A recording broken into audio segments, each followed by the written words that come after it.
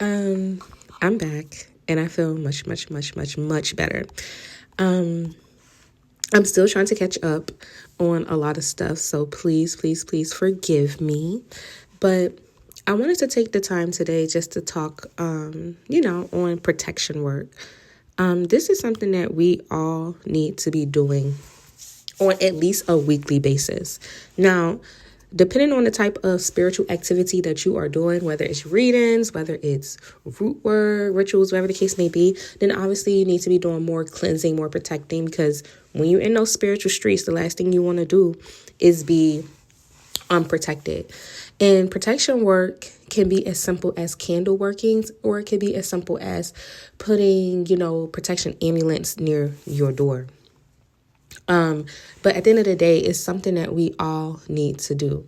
Now, protection today looks much different than it would have looked for our ancestors, right?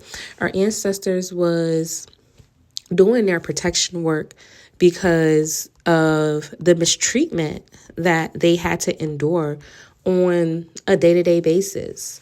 Their protection work would have looked like protection mojo bags that they would hide in their underneath their clothing.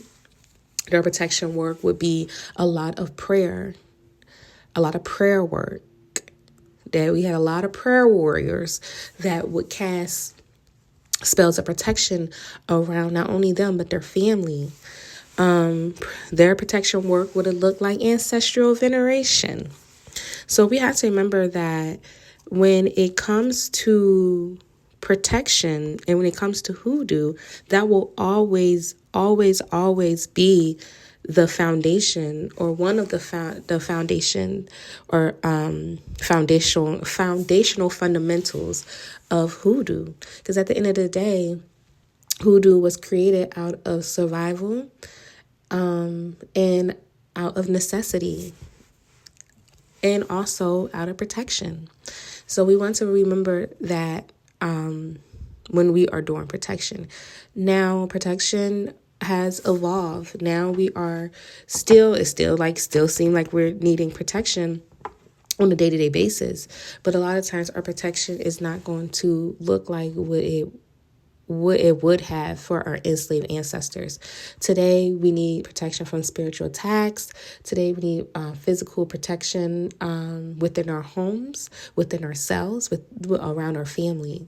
One thing that I do every night for protection is prayer. I'm a person who manifests via my words. My words are very powerful. So I'm very cautious about what I speak into life. But one thing that I always do before going to bed is a simple prayer of protection. I just simply say, spirit guides, guardians, ancestors, and angels of benevolent frequency. I ask that you cast a blanket of protection around my home. And then I go through, individually ask for protection for the people within the home. Even my dog, even Hershey get asked for protection around him. So that, every part of my home, everybody in the home is covered. Now, I did want to talk about just 3 different ways that I like to keep my home protected.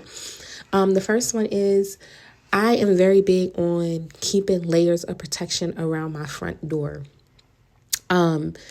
So I always like to make sure I keep a bowl or a line of black salt around my home. We already know about salt. Salt absorbs, but I specifically said black salt because black salt is beautiful when it comes to not only absorbing negative energy, but also banishing and repelling it and keeping it out of the home. So I do like to keep a layer of that near the threshold of my home to keep that energy out. There is other things that I like to keep in front of the door for protection. And another thing that I like to keep is a horseshoe. If you don't know, horseshoes are used for protection and also good luck in hoodoo. Traditionally, it would be a used horseshoe. Now, I live in a city and there ain't no way, nowhere near I can buy a horseshoe. So I just purchased me one and I worked that thing. I worked that thing, fed that thing, activated that thing. And do you know why horseshoes are great for protection when it comes to putting it near, nailing it near your front door? Horseshoes are made of iron. Iron is for protection. So I do like to keep a horseshoe near my front door. I keep one near my front door for protection, and I keep the other one on my money altar for financial luck and financial increase. The next thing I like to keep near my front door is my cinnamon broom. I don't have to talk about this. We already talked about it. At least I think we did. If we didn't, we will be talking about cinnamon brooms later. But I do like to keep my cinnamon broom. Cinnamon brooms are great because they are made out of pine, dressed in cinnamon oil. That's what gives them its distinct smell. And it not only keeps unwanted guests away, unwanted spirits away, negativity entirely away, but it also invites in prosperity and abundance into the home. And then lastly, the one thing that I love to do after doing a door wash is I like to lightly add symbols with protection oil on my door. So I do that on the front, the back of the door and the front of the door. So the inside and outside, and I put protection oil down on the threshold on top of the salt that I have near the front door as well. I already gave y'all a way using salt and lemon and putting it in a bowl near your front door. We gotta remember, not only is that cleansing, but that also is protection as well. And these are just things that you can do to keep yourself protected and keep your home protected. Now, when we talk about yourself, you can take protection baths, you can do protection candles, you can make protection mojo bags. There's so many things that you can do when it comes to protection. Another thing that I love to do, well, I'm about to give y'all a few things that I like to do when it comes to keeping myself protected. One, every time I take a cleansing bath, I always seal in my baths with protection oil by placing that on my feet. I put protection oil on my feet every single day after I get out the shower because we pick up energy through our feet. Our feet are modes of transportation. So obviously we're going to pick up that energy through our feet, right? If I keep my feet protected, then I'm not picking up any type of unwanted energy. So just putting protection oil at the bottom of your feet after, or sealing in your cleansing after a shower or after a spiritual bath. Great way to keep yourself protected. I like to anoint myself with protection oil. I anoint my third eye area. I anoint the crown, the top of the crown, and I anoint the back of my neck. I always keep that top area, that crown area, covered in protection, covering yourself, covering your crown. This is a form of protection. I'll talk about that deeper later on as well within the next week or two. And yeah, just there's so many things that you can do for protection, y'all. I also want to end this off with a nice little protection oil that I like to make. And I give this recipe to my mentees as well. And what I do is, the first thing you are going to need is obviously a jar to put the oil in. And excuse me, I'm still sick, y'all. You will need some snake skin. Snake skin is great when it comes to protection. This is actually a snake skin oil, a snake oil. So you will need some snake skin. An herb that you can use is devil's claw. Devil's claw is a great protection herb, great protection herb. Not only is it for protection around yourself, but also putting in a mojo bag and burying a protection mojo bag in your front home, whether it's your front yard or the back of your yard. is a great way to keep protection around your home continuously. Devil's Claw is great at keeping unwanted company from around you as well. I then like to add just a sprinkle, and I do mean a sprinkle of graveyard dirt. I will say, if you don't know how to do, or if you don't know how to collect graveyard dirt properly, if you don't know how to enter the graveyard properly, stay out of the graveyard. Don't go collect no dirt. The graveyard dirt is optional.